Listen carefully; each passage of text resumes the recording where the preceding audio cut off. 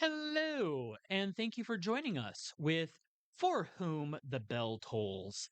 Now, we're only looking at one chapter today, but this chapter is a little bit of a doozy. Chapter 7. We finally see the creation of the help desk with two L's. That is.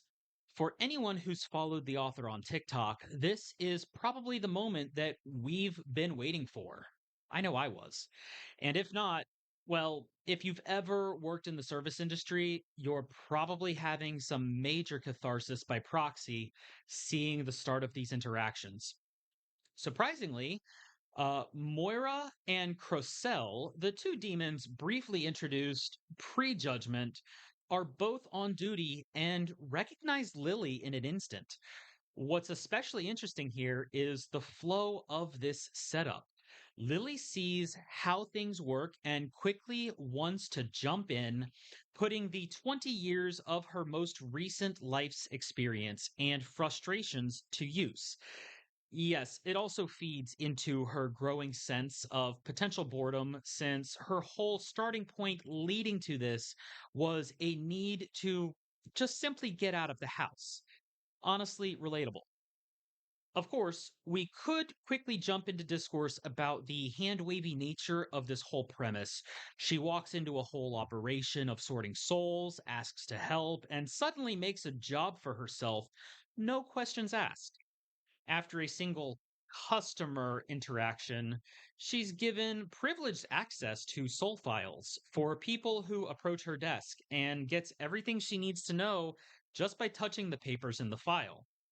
Of course, were this a physical reality, maybe I would have a problem with this. But it's not. It's the afterlife. Physical bodies and limits seem to only matter as much as a person lets them.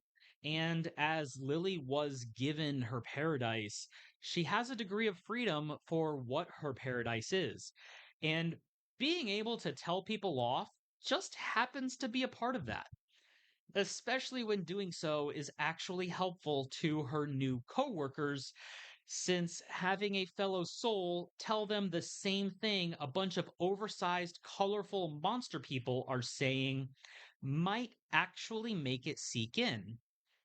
Basically, she is in no way the manager, but the souls of quote unquote customers, for lack of a better word, will at least think she's some kind of manager who they can intimidate into compliance.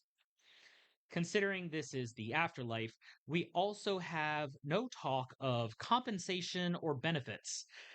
I guess it's not really needed. Food appears not to be too much of a necessity, or at least not hard to come by. Souls simply having drinks or meals, mostly for enjoyment.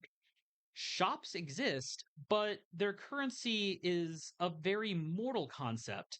After all, our spunky gal only needed a passing thought to get a new toy. And if you've been reading along, you know where that's going. Especially interesting is the demons themselves. They are powerful, imposing, and can be very forceful when necessary. But for those souls who are simply confused or scared, they are actually gentle and kind.